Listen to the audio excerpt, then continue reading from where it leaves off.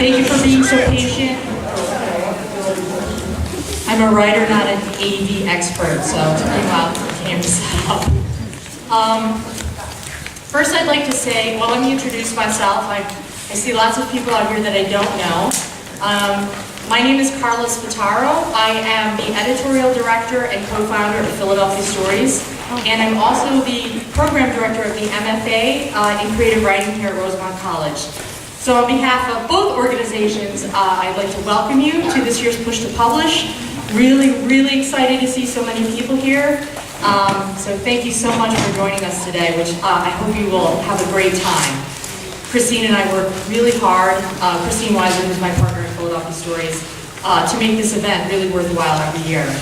A couple of matters of business before I introduce our keynote speaker today. First of all, I'd like to invite you all, if you're not already, to become members of Philadelphia Stories. Thank you, Courtney. I have to pitch because Philadelphia Stories is a lean, mean, nonprofit machine, and we depend on the generous kindness of members. We hope like you. I know I sound like PBS, don't I? But it's the same principle. No one gets paid at Philadelphia Stories. We do all of this stuff just to build writing community because Christine and I are writers, and this is what we believe in passionately with all our heart. In fall of 2014, we will be celebrating our 10th anniversary. No one can believe that word to me. So stay tuned for lots of other 10th anniversary events. We're really excited. And another order of business, this has to do with Rosemont College. This is what happens when you wear more than one hat. Next Sunday, a week from tomorrow, in the afternoon from 12 to 4, we will be offering a series of free memoir workshops. We're going to be calling them, we've called the event a Memoir Summit. To tell you that people have RSVP'd and are coming from all over the East Coast, which I'm very excited about. And it's free. Zippo. Free. No dollars.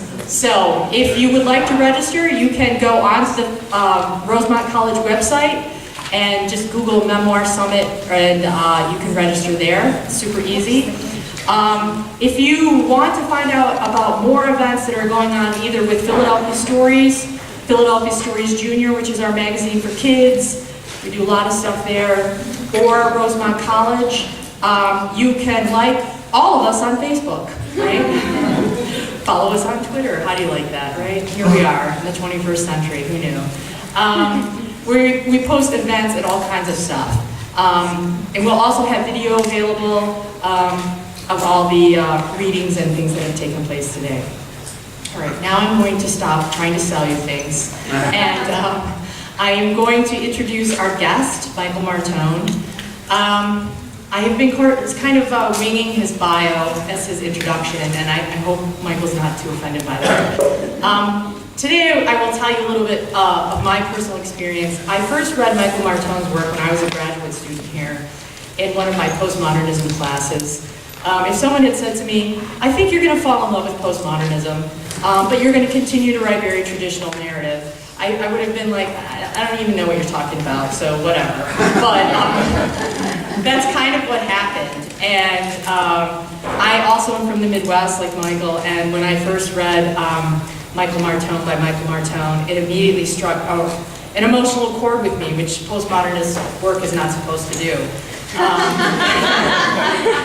And I can't tell you, I love it. And now when I have the opportunity, I teach that book, which is a real pleasure. So I remember the first time I met Michael, he probably doesn't even remember this, was at AWP in Chicago like 5 or 6 years ago. And Robin Black brought him over to the Philadelphia Stories table, and I remember trying to hand him, like shakily, a copy of Philadelphia Stories, and I felt like I was meeting a rock star. I was like, hi, Mr. Martone. And he just smiled, he's very kind, and he just was like, oh, thank you, I have a copy, this is great. And he strolled on his way, and I was like, oh, he's so awesome. Oh, it's so terrific, I can't believe this. Then I got to meet him again a few years later, and it was very kind, and I was not quite such a jittery idiot. And And now I've had the pleasure to get to know him a little bit better while he's been here visiting with us on campus. And he's just a kind and generous person. He's super smart. He's a great writer and a wonderful teacher. And his writing, I recommend. It might be for some of you, it might be a little bit of a mind stretch, but it'll be a fun ride, okay? So I encourage you to take a look at his work, because he's a terrific guy. So please welcome our keynote speaker, Michael Martone.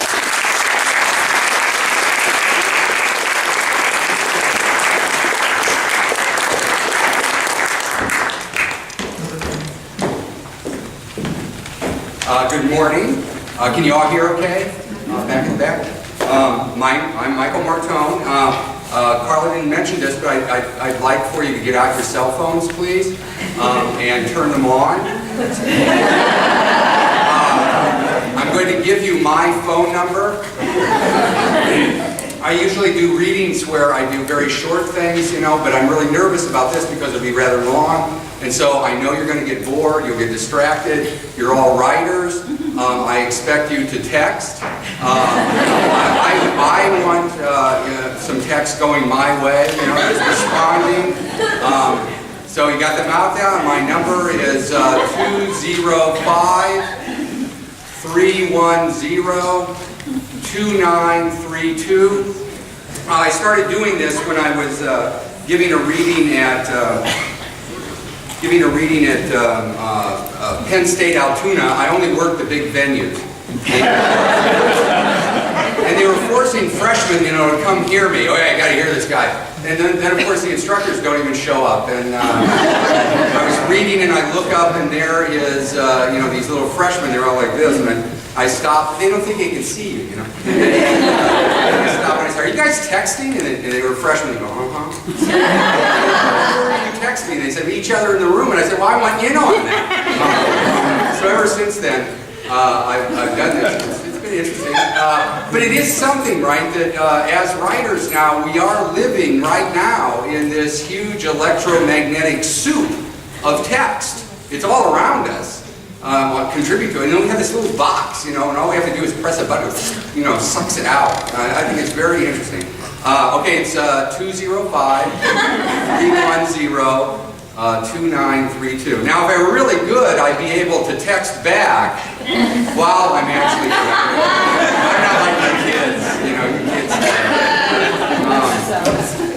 Since this is about push to publish, I only have, even though this is a keynote, I'm very nervous. I'm completely not musical, so I'm going to hit all of these wrong keys, I know. But I do have one thing to say. One thing I like to have my students do, I point out to them that bookstores and libraries have huge, elaborate systems to keep you from taking books out of the thing. But they have no system that prevents you from taking books in. So in the distribution problem of your publication, you can always take a book into a bookstore, and in a bookstore you can shelve it yourself. They have no idea their inventory, really. And the library, they're so nice, they have the little signs that say, do not reshelve. So you just put it sort of near where they don't catalog it, it's great. So keep that, that's my tip. Take the books into the places and let them do the work. I'm going to start today by reading something from Michael Martone. I like books that have titles that are character names. Jane Eyre, David Copperfield, Huckleberry Finn, Michael Martone. And what it is, since we're all writers here, it is a collection of contributors' notes. We all know what contributors' notes are. It's a weird thing we do as writers. We send off work and you get accepted and the editor writes back, send a contributor's note. And then without thinking, we do this weird thing. We go into third person and we have this little form that we follow. Born here, teaches here, has a family and lives here. And so I began just variating that, and I'd send it to editors, and they'd see that it was a story and a parody, and maybe one would take it, and I'd say, could you actually publish this in the contributors notes section of your magazine? And some of them would say yes. So in a lot of magazines I have story contributions, but I'm not in the table of contents. Other times I'd send it and they'd say, yeah, we'll take it, you know, but we're going to put it in the front of the book, send a contributor's note. So I'd send another contributor's note, and they'd say, no, send a real contributor's note. I said, these are real contributors. So it's great too, I'm not very good with titles, and so all 50 of these contributors notes are titled contributors note. And you'll see how this is related to the larger thing that follows. And you're texting, right? Go ahead, texting does right. It'd be great too, you know, even if you put the sound up, you know, we'll hear like the arrival of the messages. Contributors note. Michael Martone was born in Fort Wayne, Indiana, and was educated in the public schools there. His first published work, a poem titled Recharging Time, and a character sketch, Tim the Experience, about his brother, appeared in The Forum, an annual literary magazine produced by the school system featuring contributions of its students. His mother, a high school freshman English teacher at the time, in fact wrote the poem and character sketch, signing her son's name to the work, sending it to the editor, another English teacher at a Southside Junior High School who had been a sorority sister, Kappa Alpha Theta, in college. Indeed, most of his papers written for school were written by his mother. Examples included English research papers, history term papers, translations from the Latin, speeches, and lab reports. It began innocently enough with his mother writing his essays, the prose supposedly dictated by the son to his mother, whose penmanship was far and away more legible. This arrangement, her son sitting across the kitchen table, in a sense thinking out loud as she transcribed his thoughts with the same pen she used to grade her own students' papers, engendered in her a very active editorial intervention, which began to shape the spontaneous utterances emanating from her son. Soon the situation evolved to the point where her son sat silently while she wrote in the initial prompt. Once she finished the first draft, she read it back to her son, who made a few minor suggestions as to form, style, and content. It was at this time and under these conditions that Martone began thinking of himself as a writer.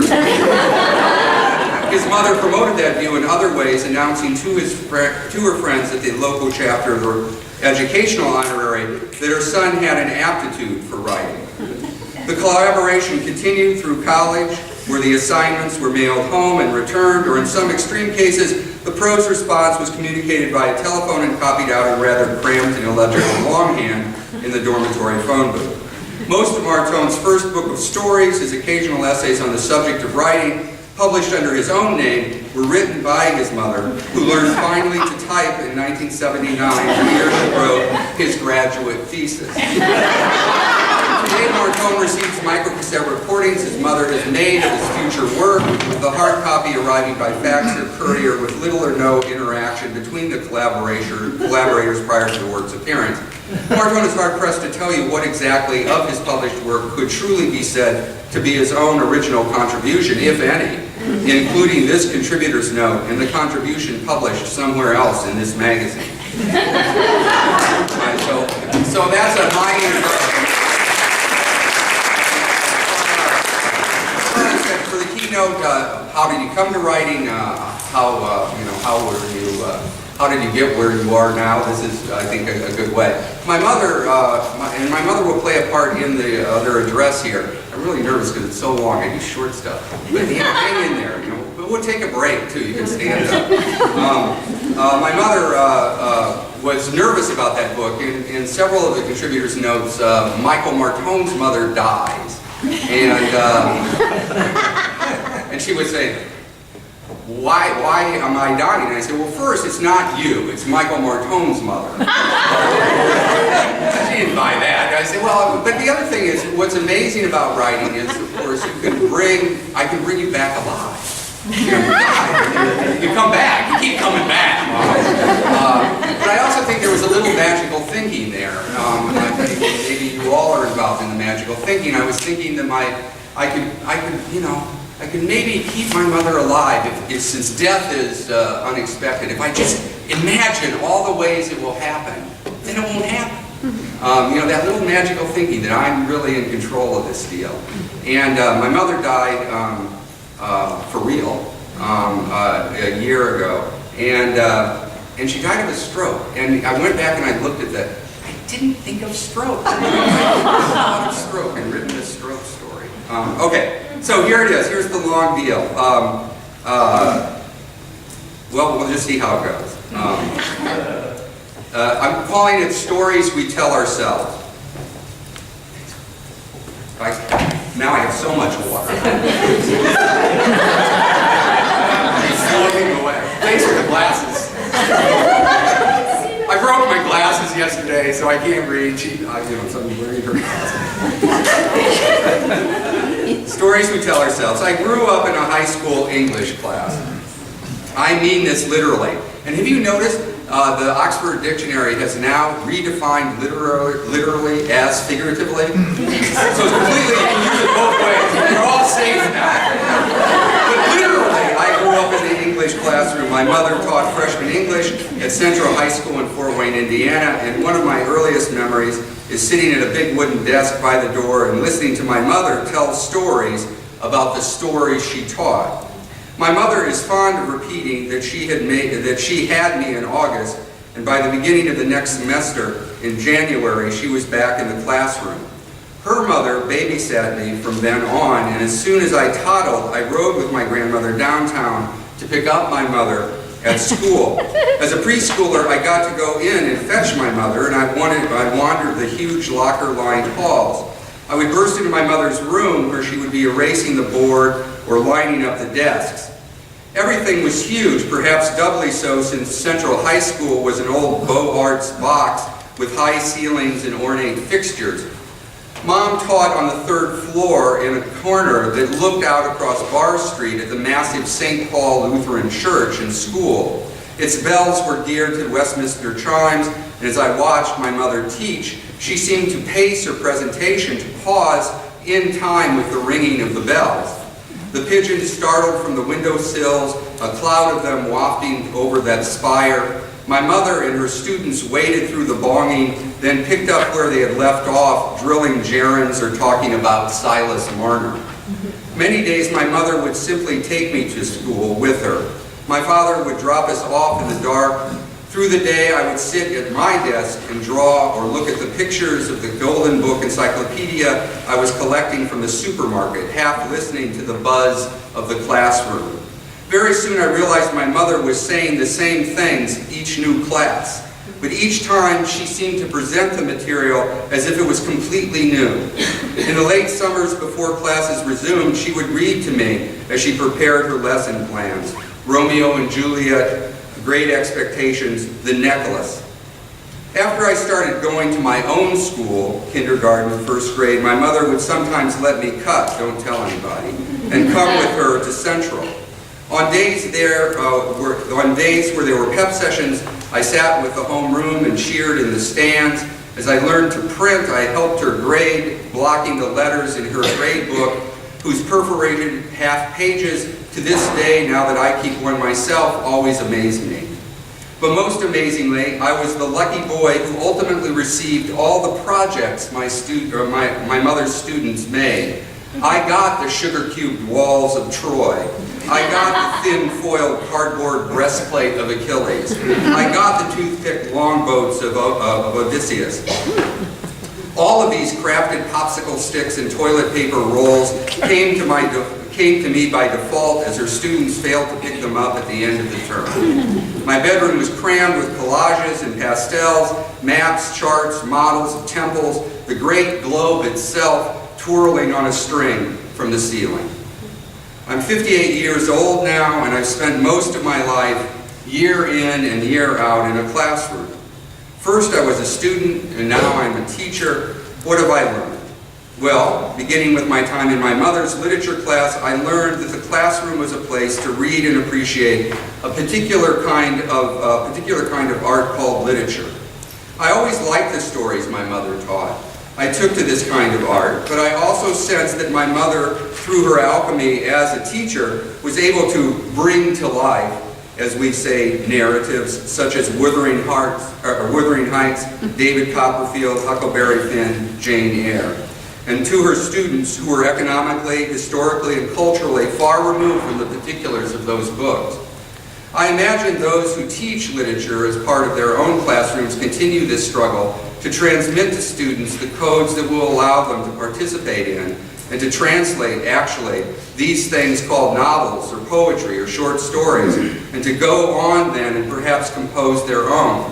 And this is being done in a very difficult time, for not only are these traditional forms of narration competing with other narrative delivery devices, movies, television, comic books, 12-step programs, but are also being faced with the anxiety of late-century existential questions as well. We know that much of the 20th century and some of the 21st century has been about aboutness. That is, it is calling into question all forms of certainty and authority. Hierarchies, canons, and curricula are all in play and are all being questioned. At the college where I teach, it's quite easy to now complete a degree in English without having read a novel, short story, or poem. We joke that our students can deconstruct graduate record exam, that it can critically and historically and philosophically, politically, but it cannot pass it. No, I simply rehearse here. There's no wagging of tongues. I simply rehearse that here to remind myself that these are the obvious professional interests of the English classroom now. It has and will always present a subject matter formally, be it Bob Dylan, Charles Dickens, or Jacques Derrida. But I want to talk about the English classroom as a place itself, a site where stories happen and where they are created, not just where they are presented, appreciated, and consumed. I realized while sitting in my mother's classroom that it itself would make a great story, and so I repeated it here. The Westminster chimes, the crash of the pigeon wings, the students stumbling through their memorized sonnets, my mother clapping chalk dust from her hands, a little boy sitting in the corner drawing cyclops after cyclops with his crayon. I like the part in the Odyssey as Odysseus and his men make the escape from Polyphemus, the Cyclops. Odysseus almost blows it once again. He has told the giant earlier, as you know, when they ask you what my name is, it is no man. This cleverly confuses the neighbors when the wounded giant has called them for help. No man has done this to me, etc., etc. But now Odysseus calls out as he's fleeing. Polyphemus, when you are asked who blinded you, tell them it was Odysseus, son of Laertes, of Ithaca, etc., etc. Big rock, close call. I marvel at the confidence of the hero's boast more than the wiliness of the alias. And I always imagine that years later, Cyclops in his cups would be telling a friend that Odysseus, son of Laertes of Ithaca, did this to me. And his companion responds, so who's he? This scenario doesn't occur to our boy from Ithaca. He wants to get the facts straight. He wants his name in the story. I teach a course in contemporary rural and agricultural literature. And I was doing this at Iowa State University, where most of the 50 students attending had grown up on farms or small towns. This is nothing special, it was just the demographics of the college. A student asked one day why we were studying these books about hog farmers and dairymen in places like Iowa and Indiana. Existential questions again. I asked her what she thought we should be studying. And she said, and this is true, it floored me, well, something important, something like Greek mythology. And I said, okay, let's study Greek mythology. Odysseus has been away from home for 20 years. He has just hit town. He has to overthrow the suitors. He needs to lay low with it and while he plots. Where does he go to hide out? You remember? Okay, to the oldest friend, the swineherd. The kids from the pig farms laugh. Odysseus' dog, by the way, almost blows his cover. I continue. We find the animal lounging where? The dung heap. These Iowans know the smell of manure, of course. They have been scraping the shit from the gutters of their home barns as diligently as if they were Hercules, but not quite as heroically. Every patch of ground has its stories. The world is old, and the people, the animals who tell stories have been everywhere upon it. The documents we use to transfer a patch of ground as property suggest this, as we call them titles and deeds. Some places seem more story than others, such as Philadelphia. You were riding a bus in Greece on the island of Evia. You rush by a rocky plain the size of a football field, and one of the few open places you've seen. You think to yourself, this must have been a site of some battle. And sure enough, upon consulting your blue guide, you discover there were 8 skirmishes alone in the Hellenistic period. In Greece, it is nearly impossible to build anything new for all the archaeology that needs to be done first. There are layers and layers to live with. And the modern Greeks, believe me, get pretty dang tired about watching where they have to step. But my point is, all these places contain such layers. All that is needed is a blue guide to narrate that place. I was once helping a farmer during planting season. This was in Turin, Iowa, a place named Turin because the hills there reminded one-word storyteller of those Italian hills. And those hills, Luss Hills, are composed of wind-blown glacial till. As a geological feature, Luss Hills exist in only 2 places in the entire world, a place in China and in western Iowa. A special place, but one rather unsung, and I'm sitting on a red tractor there, vibra-shanking the soil, while the farmer is feverishly planting corn a few rows behind me. Incidentally, Vivaldi is playing on the cab radio, honest to God. The 4 Seasons, and I am distracted by the violinic braying of the donkeys in the Tuscan hills of Italy, scored in music, and I stall the tractor. The farmer's son, disking in the next field over, sees my plight. I can't get the tractor out of gear to start it up again. He comes rushing to my aid by finding a raft and poling across the ditch flooded from the spring runoff. This was years ago, but this last summer, when I visited the place again, Eric, the son, says, as I knew he would, remember that time when you stalled the tractor and Dad was bearing down on you and I found the raft and the pole? And I do remember. All of this happened on a field called Cottonwood, another one-word story remembering the trees that had been there once and still there in the name of that place. I exist and my exploits exist as long as Eric tells the story. And now you, here, like the recipient of a virus, know of another patch of ground because I have told you of the Luss Hills of Iowa, of Turin, a field called Cottonwood, and a young man named Eric who at this moment probably, is harvesting the corn in that field, listening to the cab radio, and remembering the time he went to help an awkward city slicker named Michael. That bit of DNA that begins to replicate in you the details of story, and you'll go home and find that you have this story to tell your family, your students perhaps, other hosts for the infection, and this story about storytelling. It was I, Odysseus, son of Laertes of Ithaca. When you tell this story of what happened here, Polyphemus, say it was I, Odysseus of Ithaca, son of Laertes, who blinded you. Look, I can see Eric floating on that raft calling to me.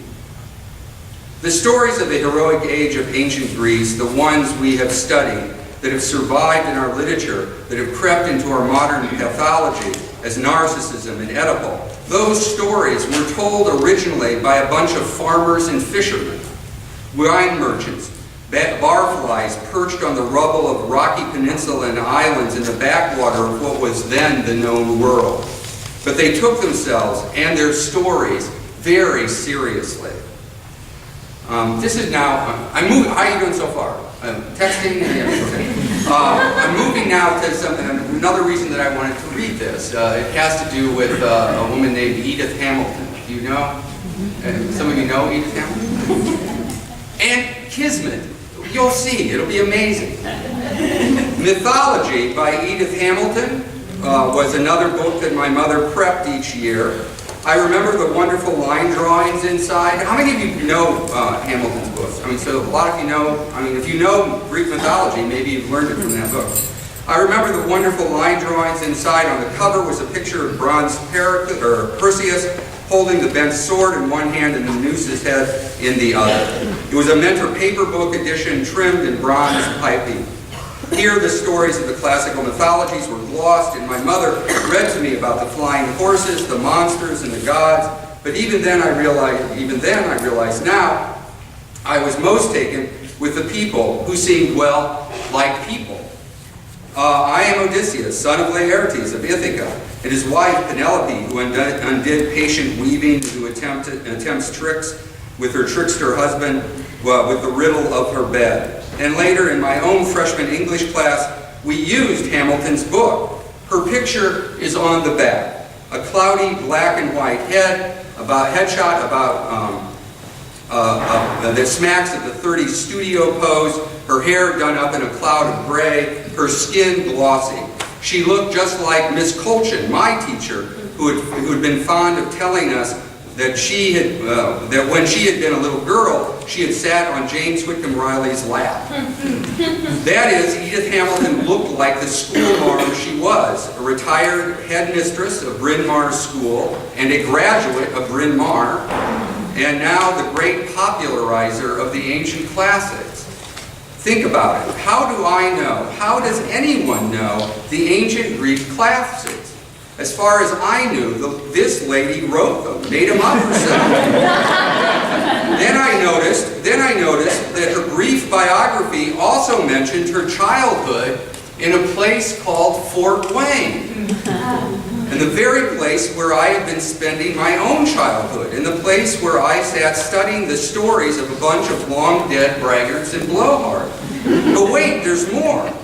Walking home from Franklin Junior High School, Franklin Junior High School, I would cut through Hamilton Park, across Alice Street and Archer, and then Edith Avenue. Not only did I grow up in the same city as Edith Hamilton, I actually grew up on land that had once been owned by the Hamilton family.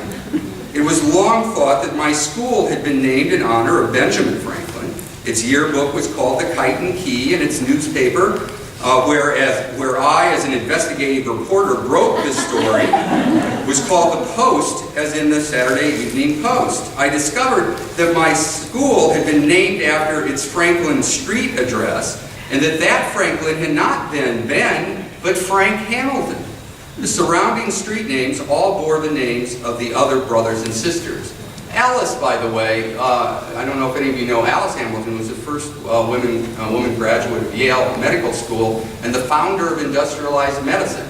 Alice Hamilton was the one who discovered that lead was a toxin. From my town! In 1957, Edith Hamilton, at 90, was made an honorary citizen of Athens.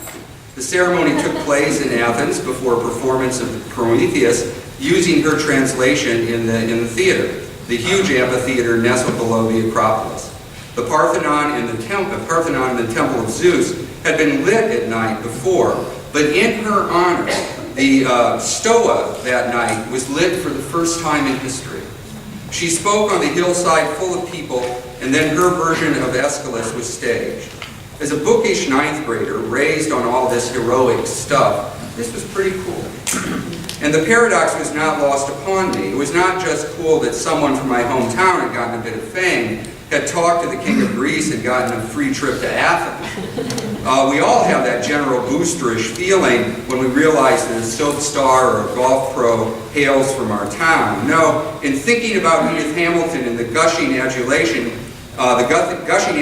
I felt was of another order. It had to do with authoring and creating. You see, Hamilton herself, in her writing, had inscribed in me this very notion about fame and famous deeds that now swelled in my breast. That is, for me, she was a kind of meta-celebrity. For in order to understand celebrity itself, I had to digest the great stories of the heroes she, Edith, had composed. It is as if Hamilton was the wizard from Kansas. Do not pay any attention to the man behind the curtain. A girl from Fort Wayne, Indiana, had, in a very real sense, kept the civilization of ancient Greece alive. Not by doing chores of Hercules or by defeating the Trojans in battle, but by writing about those heroes. She was epic in so self-effacing way. She was essentially invisible, the medium of transmission, and to me, this was a great story. Hamilton Park, where I played, had once been a trash dump, a junk heap. A huge hole had been dug in the ground and filled with rubbish.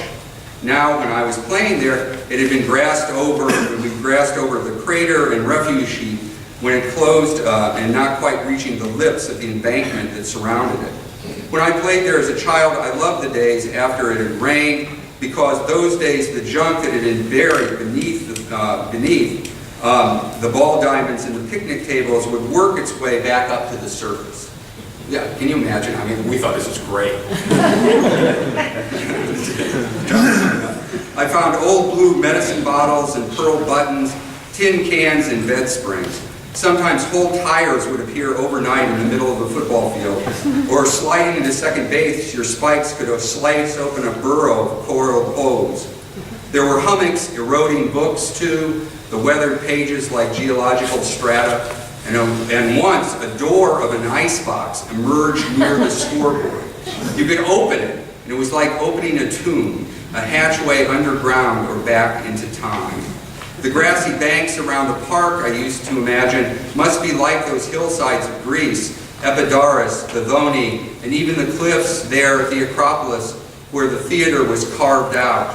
I thought of my playground as a theater, as a stage, and as a kind of automatic archaeology with the history of this place, the old used mechanisms of its working, its gears and its balance wheels, its urns and its amphora bubbling up at my feet.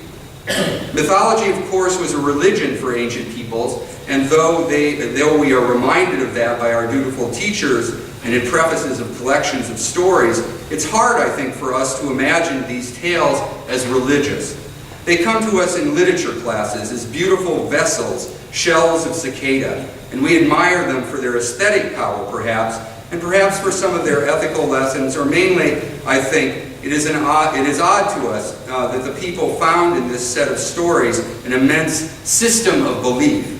Of course, our religious nature has been tutored by another set of stories, though certainly stirring and equally compelling. The episodes of the Bible don't strike us in the same way. One big reason, of course, has to do with point of view.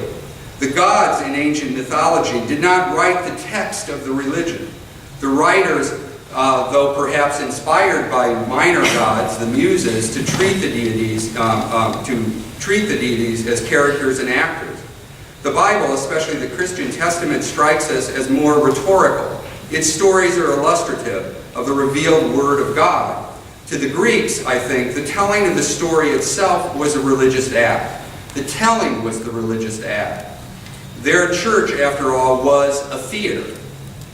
There they listened to the retelling of vast structures of connections. Their stories were all happening simultaneously. Theseus knew Oedipus, Hell around with Hercules. They were related, they intermarried. The gods were everywhere too, and this all had been taking place only a few generations ago, say at about the time of our Civil War. And the deeds were over and the heroes all dead in about a generation's time. The Bible reads more sequentially. After all, its great purpose is linear, to record and predict the one big story of God's drama with His creation. The stories were over in mythology. There is no revelation. There is no apocalypse. In the world of the Bible, we live in the middle of things, of the great unfinished narrative, and we are waiting for participating in its ending. The Greeks lived within a labyrinth of stories, of finished tales whose intricate structures promised infinite variation. I went to graduate school at Johns Hopkins University in the late 70s. My mother was great. I told this yesterday. She would tell her friends, my son goes to Johns Hopkins. That's all she said. I went there as a writer, but she let people conclude what I was doing. Hopkins is known, of course, for the medical institutions, but it maintains a small liberal arts college campus and the site of the first graduate school of humanities and sciences in the country. I went there to study writing. I had never been outside of Indiana before. I never left Indiana until I was 21. While most of my colleagues were Easterners fresh out of Ivy League schools, as I have said, I learned my lessons well, though, and my first efforts at writing stories were derivations of the stories I had read in other classrooms. It was after class in the grad club, where we would debrief over beers and fried food, that I related more or less the true stories of Indiana. My listeners were well-traveled, but they knew far more about Europe and England, even India, than they did about Indiana. Indiana to them was as remote as the planet Mingo, and it was partially in response to their response, partially as an expression of homesickness, and mainly as an application of my understanding of mythology that I began writing stories about Indiana. For example, I grew up, I was told that if Hitler had made it over to America and started bombing America, Fort Wayne was 7th on the list. This was commonly known in Fort Wayne. And I love the idea that it was 7th. You know? The storytellers, the common shared story, you couldn't get away with 3rd. 7 was good because it's an odd number, and as you know, since you do your taxes and you're making up numbers, always use odd numbers. They're more real than even numbers. And there was a kernel of truth in it that almost all copper wire, still to this day, is made in Fort Wayne. So it is strategic, but not very sexy. And what I really loved about it was the myth was really talking about a very Midwestern sensibility, which is, we are actually important enough to be destroyed. So I say this to these, I say it to these Eastern kids and they go, what? What is this place? No one ever travels to Indiana. You travel through Indiana.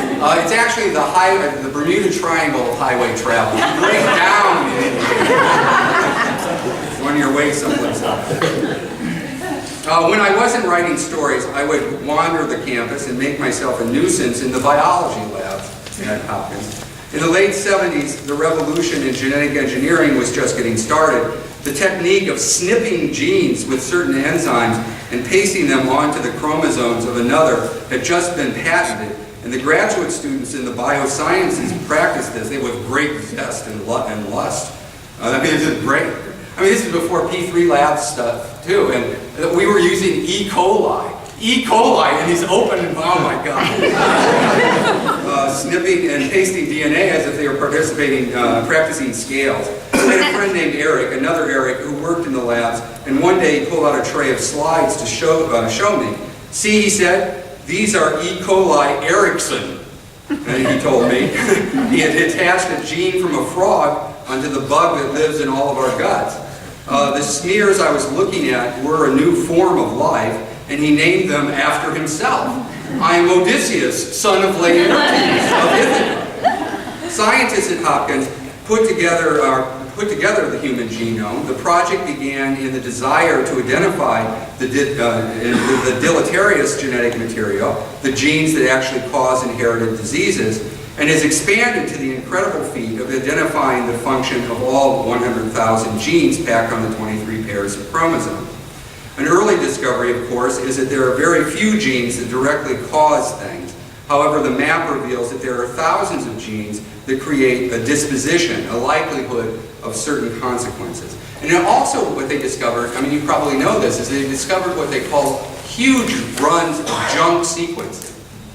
And junk sequencing, they think, is left over from adaptive evolution.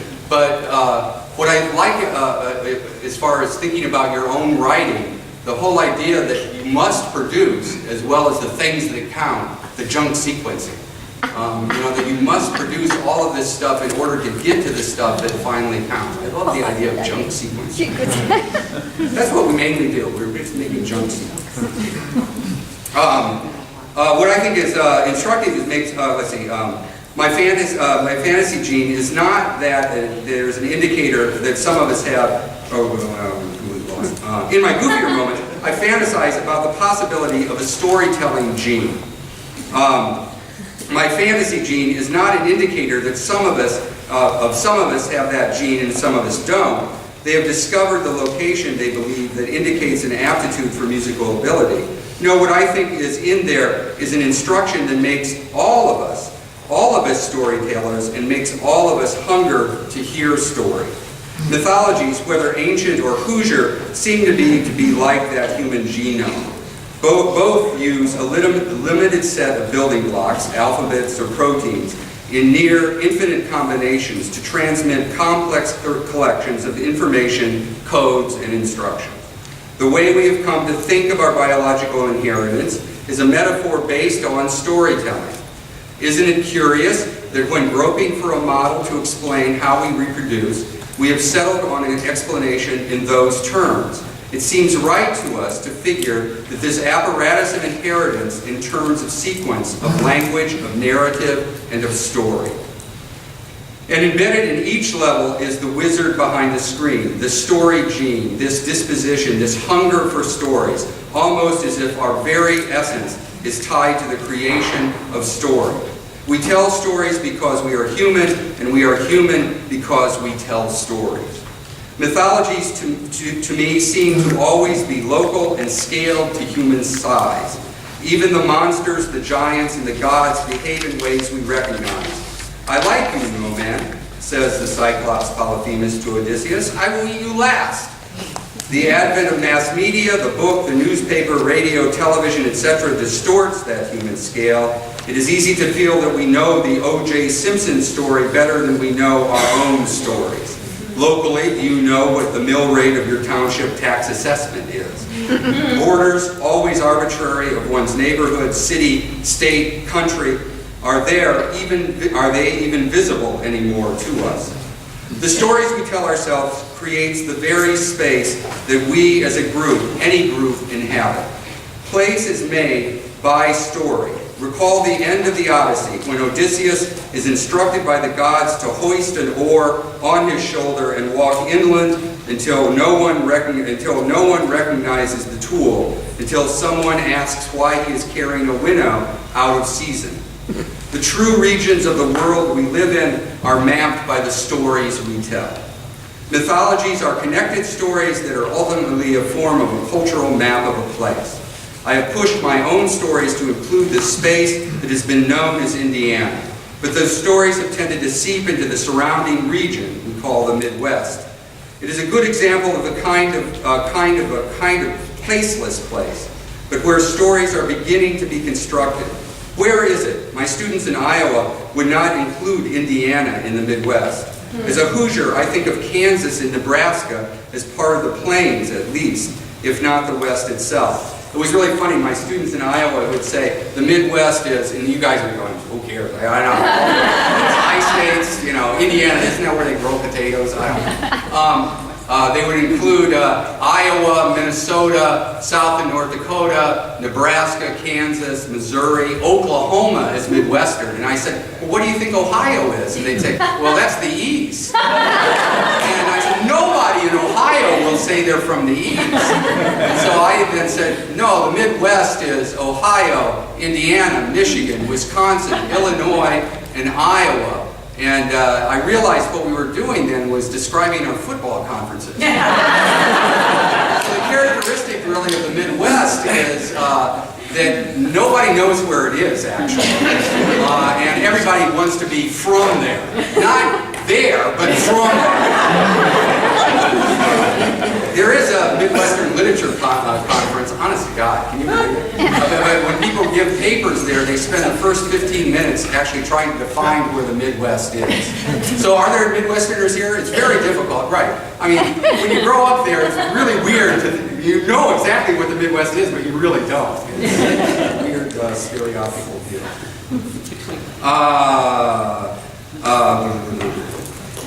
I think of Kansas and Nebraska as part of the plains, at least not the West itself. To be a Midwesterner is to begin with the justification of using that name and what it means, and still building, though an interweaving of local stories. In my own case, I discovered while reading about Edith Hamilton that she had lived for final years in Washington, D.C., where she took to visiting the incarcerated Ezra Pound at St. Elizabeth's Hospital there. Do you know that story? You know that he... it was a weird story about Ezra Pound. He was actually an anti-Semite and fascist, but a really good poet. And that was the problem. We wanted to award him a big prize, but he was, by the way, a traitor, a fascist. So the solution? He's insane. And we're not awarding him the prize, we're awarding the poetry the prize. But where they stored him was St. Elizabeth's down in Washington, D.C. as insane. Oh, he had to be insane, because it would have been very strange to kill perhaps the most important poet of the 20th century. So, weird story. Anyway, he was down there, and Edith was living there. And Edith visited there. And I included Edith Hamilton in the story I wrote about Ezra Pound, whose first job actually was at Wabash College. He went to Wabash College to teach. Wabash College is the last college in the country that is all male. And back then he had a woman in his room and he was kicked out. And so, because he went to Wabash College, because he had a woman in his room, he then was kicked out to go to Europe and become famous Ezra Pound. A former governor of the state of Indiana was in my dorm when I was at IU. My project of stories, I narrated, the project of stories that I narrated about Dan Quayle, when I rediscovered that Dan Quayle was my representative in Congress. And I sent, as all good Midwesterners do, as perhaps you all will do when you publish your first book, you have to send your book to your representative in Congress. And so I got back a letter from Dan Quayle saying, "Your heartwarming stories of Indiana make us all proud. Keep up the good work." So when I was looking for something to do, I framed it, I put it in my office, this letter. And so I was looking for something to do, and so when he was vice president, I looked up and I thought, oh, permission. And so I wrote a book called Pensées, the Hoosier pronunciation of pensée, thoughts. Pensées, the thoughts of Dan Quayle. And Dan Quayle, by the way, Indiana is the home of all vice presidents. The most vice presidents have come from Indiana. Dan Quayle is the only vice president with his own library. I kid you not. You have to go there. It's a great gift shop with tumblers and golf towels. And they have a copy of my book there. I donated it to the university. They were a little bit skeptical. I said, "You got to have it in there," and they finally took it, and I took that off my taxes, and we were all happy. Mythologies, finally, are always also about storytelling. Mythologies are self-conscious of their cultural mission of mapping a place as well as mapping themselves. Recall that Odysseus himself is asked to recount his own travels to a port he is washed up on the shore after leaving Calypso. He is moved to tell his story after he has listened to his singers sing the story of the fall of Troy. Of course, and this is all in the book, of course, mythologies are self-conscious because they acknowledge the human problem and advantage of memory itself. Recall that the mother of the muses was memory, and yet individually we are trapped in perceiving time sequentially. Mythology, and I keep thinking of the biological mechanical metaphor, seeks to attach a cultural memory onto experiential wiring. Stories are vital. A good example of this is the collection of folk legends, both urban and rural, that get repeated over and over again as truth. There are many factual inaccuracies in my Indiana stories. I am conscious of altering the details, making up ones I do not know. In so doing, the storyteller faces the existential dilemma of fact and fiction, the things that we are due and that have been done, and we are always left with the residue of events, of evidence. I mean, it's very interesting, right, that Facts are things done. Once they're done, once the speech is over and you're going, by God, I hope it's over soon. Once the speech is over and you leave, it's finished. All that's left is residue. There's maybe a film there, there's your notes perhaps that you've taken, the brochure that said this was going to happen, but facts actually are quite ephemeral. But once a thing is made, like a book that you have written, even if it's called a fiction, it has a reality that a fact actually doesn't have. So that's interesting, I think. Myths are local, connected, and self-conscious. Tell them I'm Odysseus, Laertes' son of Ithaca. In the stories we tell ourselves,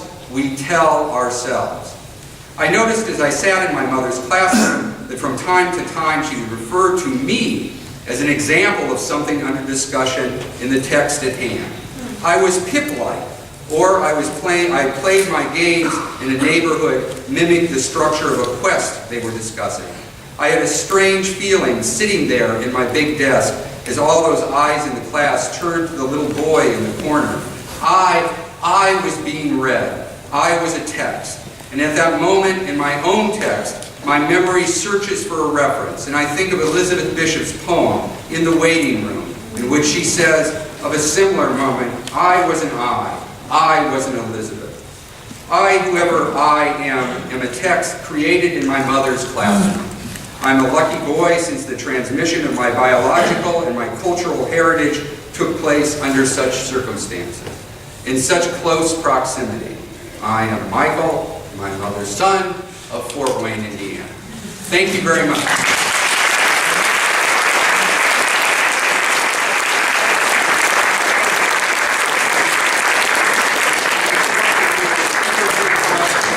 Yeah, we're running just a tiny bit over, but you can relax. It's all good. So if anybody would like, we have time for a couple, maybe one or two questions. If anybody has a question for Michael. They're ready to go. Anybody? I keynoted them. He will be around, so you can talk to him later if you like, all right?